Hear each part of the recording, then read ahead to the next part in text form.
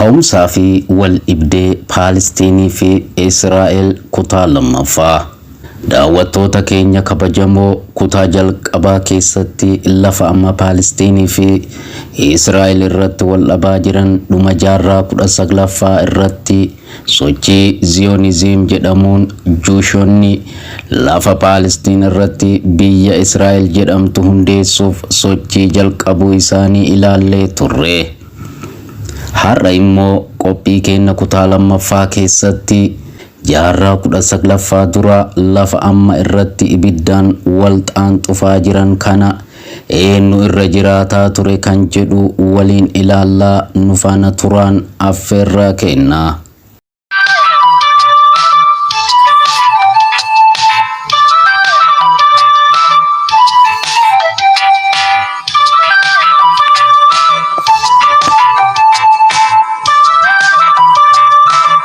Daawwattoota keenya kabajamoo yooyyaa nageenyi keessan babaaroo. Daawwattoota keenya kabajamoo jaarraa 19ffaa dura Juushonni lafa Paalestiin keessa jiraatan lakkoofsan 5,000 kan hin caalle ture. Isaan kunis irra jireessan hojii ogummaa fi daldala garagaraa irraa kan turan malee lafa qonnaa hin qaban ture. Kanaaf lafti suni bulchiinsa Impaayera Otomaan Turkii jala jaarraa 4 oliif haa jiraattu malee abbootii lafaa sanyii Arabaatiin kan qabame ture. Paalestinoonni waggaa 4,000 oliif lafa sana irra jiraachuu seenan ragaa ba'a. Yahudoonnis dhaloota Kiristoos yookaan Nabi Isaa dura alayhi salaam naannoo Yerusaalem yookaan Al-Quddus fi aaba isaatti mootummaalee garagaraa yookaan David, Solomon, Kingdom of Israel, Kingdom of Judah jedhaman dhaabanii turuu isaanii seenan ni mirkaneessa.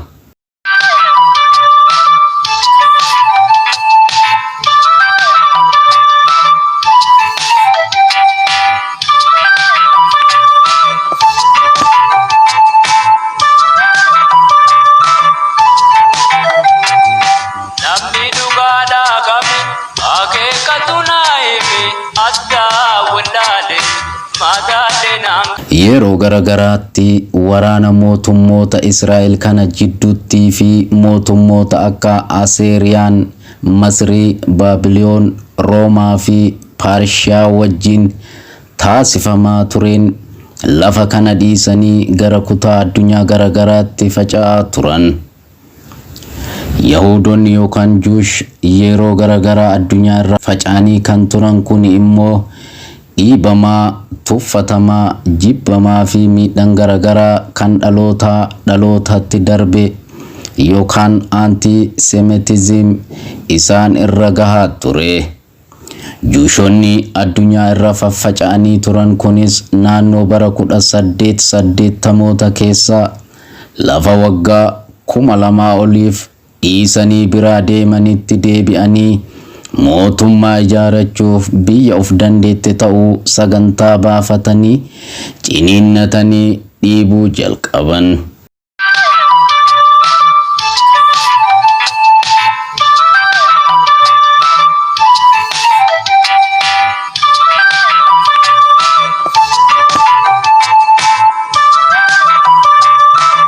Kanas milkeessuuf karaa sochii Ziyonizim saniin abbootii lafaa Arabaa fi bulchiinsa Impaayera Otomaan Turkii ture irraa lafa bitaa Juushota addunyaa garagaraa irratti jibbaaf dhiibban irra gahaa ture gara Paalestiin erguun qobsiisuu jalqaban.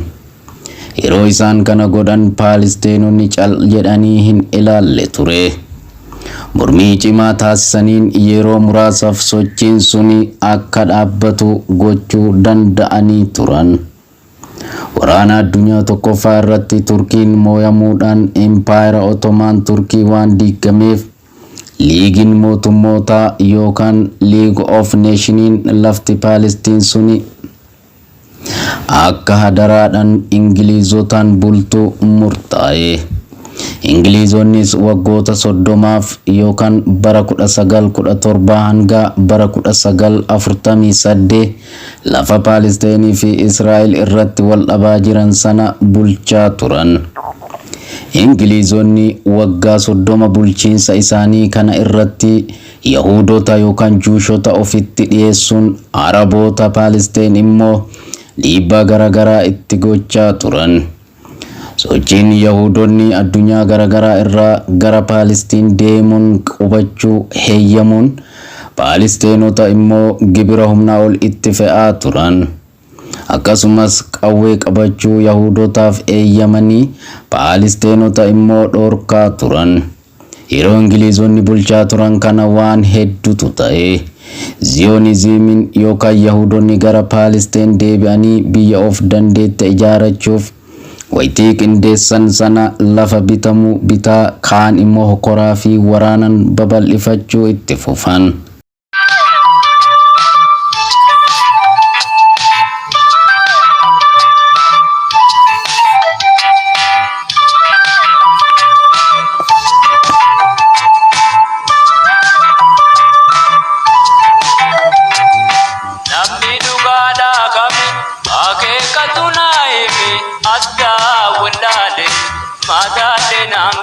Ummata addunyaa walakkaa ta'uuf lafti Palestine fi Israa'el irratti wal dhaban guutuun yookaan keessaa muraasni karaa amantaan hordofaniin lafa eebbifamoo yookaan akka lafa qulqulluu holy place'itti ilaalama. Kanaaf yeroo hedduu mootummootaa fi ummata addunyaa biyya garaagaraa jiruuf dhimmi isaanii ajandaa ta'a. Amantaa Islaamaa, Kiristaanaa fi Juudizimii biratti lafti kunniin seenaa fi iddoo murteessaa qaba. Yahudotaaf lafti kuni lafa akaakayyuun gosoota Juushii Yaaqoob yookaan Nabi Yaaqoob alayhisalaam ijoollee isaa wajjin irra jiraataa turedha. Lafa Waaqni Abrahaamiif yookaan Nabi Ibraahimiif alayhisalaam sanyiin isaa akka irra jiraataniif kan dhaameefidha. Akkasumas lafa Museen yookaan Nabi Musaan alayhisalaam haleellaa fi dhumaatii Fir'aawnaa Masri jalaa isaan itti baqachiisedha. Kana malees lafa Nabi Daawud fi Nabi Suleymaan alayhisalaam yookaan David fi Solomoon kan jedhaman mootummaa isaanii irratti ijaaranii turan. Kanaaf isaanis akka lafa seenaa qulqulluutti ilaalu.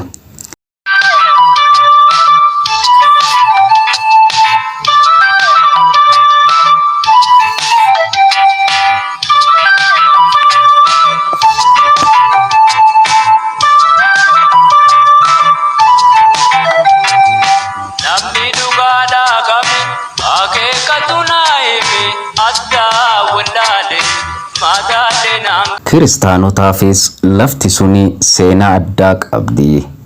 Akka lafa eebbifamtuutti ilaalamti.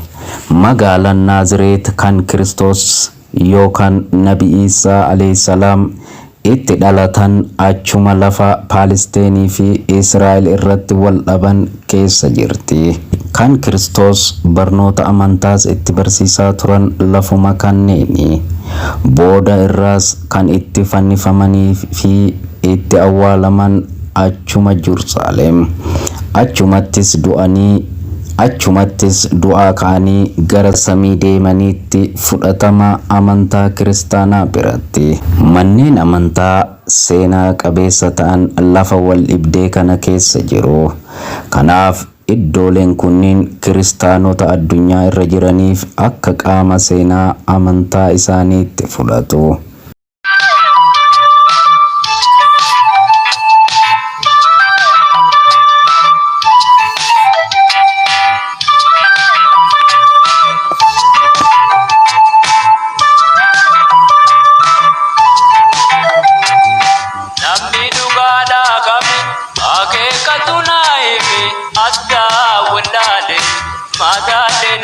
Musliimotaaf immoo Makkaaf Madiinaatti aanee Yerusaalem yookaan Al-Quddus iddoo eebbifamtuu yookaan hoolii siitii sadaffaadha. Masjidni Al-Aqsaa kan Jerusalem argamu bara Nabi Muhammad sallallahu alaihi wasallam jalqaba amantaa Islaamaa barsiisaa turanii fi qiblaa jalqabaa ture. Kaloo masjidaa kana keessa yookaan Al-Aqsaa irraa mi'raajaa yookaan gara samii jannatas kan deeman. Booda irras bara Umar ibn Khattab radhiyallahu anhu khalifaa muslimootaa turan sana karaa nagayaatiin furtuu masjida Al-Aqsaa paatiraarikii irraa fuudhan. Kana qofaaf osoo hin ta'in akka Islaamaatti nabiyyoonni hedduu Kiristoosis yookaan Nabi Isaas dabalatee alayhi salaam daandii amantaa Islaamaa irra akka turan amanama.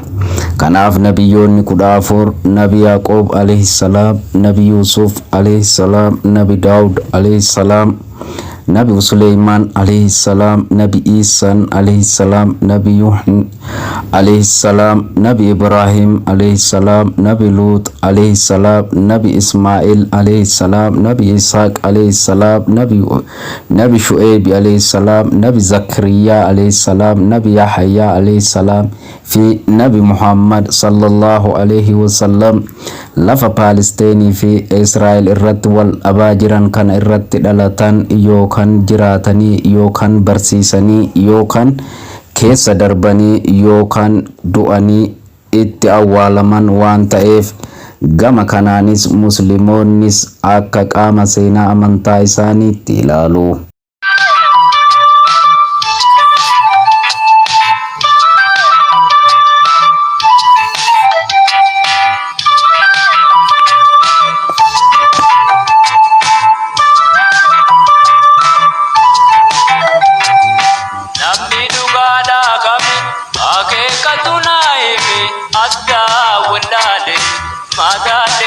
Kanaaf dhimmi wal dhibdee isaanii yeroo tokko tokko hordoftoota amantaa kanneenii fi mootummoota biratti ija addaatiin ilaalama. Yaa'ii waliigala mootummoota gamtoomaniin onkoloolessa bara 1947 godhameen dhimma Palestine fi Israa'el irratti murtiin dabree ture. Murtiin kunis Partition Resolution qoqqooddaa lafaa jidduutti Palestine fi Israa'elitti godhamuun beekama. Partition Resolution kuni lafa parsantii 54 ta'u Israa'eliif parsantii 45 kan ta'u immoo Palestiniif kan kennu yoo ta'u magaalaan Jerusalem yookaan Al-Quddus kan hiikoo amantaa guddaa qabdu immoo bulchiinsa idil addunyaa jalatti akka mootummoota gamtoomaniin bultu kan jedhu ture.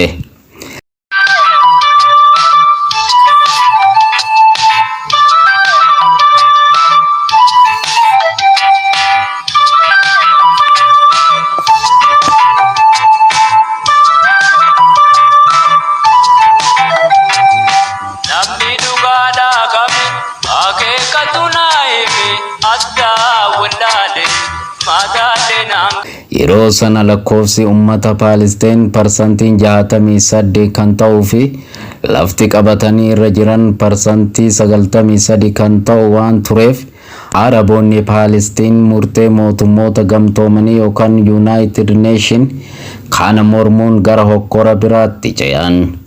Gonkumaa murteen kuni haqa qabeessa waan hin taaneef Palestinoonni kan hin fudhanne ta'uu mormii garagaraatiin mul'isaa turan. Ji'a torba booda caamsaa 14 bara 1948 Ingilizonni lafa Palestine yookaan lafa wal dhibdee sana kan hadaraadhaan waggaa 30 bulchaa turan dhiisanii kan bahan ta'uu ibsan.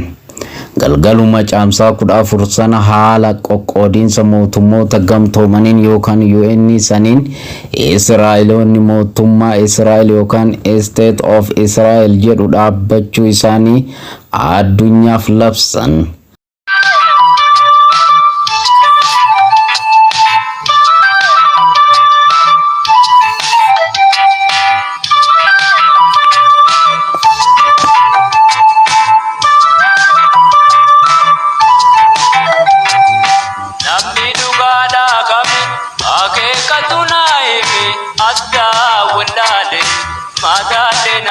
Haaluma wal fakkaatu UN'nis osoo olee hin bulin hanga libsuu ijaatti beekamtii biyyaa kennuufii ibsee ture.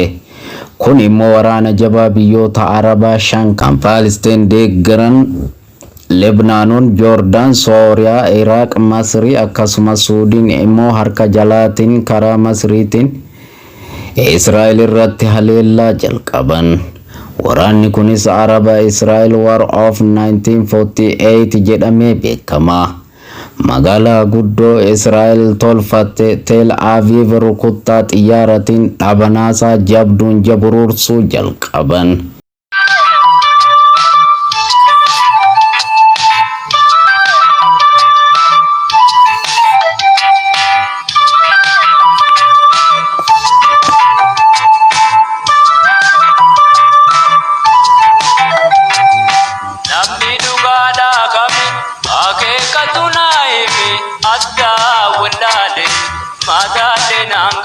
Israa'elis deeggarsa warra adii waan qabduuf ofirraa dhorkite. Booda Ingilizonni bahaa turan deeggarsa Israa'eliif gochuun Israa'eloonni of ittisuu irraa gara haleeluutti akka ce'an taasiste. Waraana kanaanis olaantummaa argachuun lafa dabalataa kan Palestiin qabatan. Daawwattoota keenya kabajamoo kanarraaf kurfeeffanne asumatti goolabnaa. Torbaan yoo Rabbi jedhee sagantaa biraatiin hanga walitti deebinutti qophiiwwan HFC hafan waliin turtii gaarii isiniin jenna.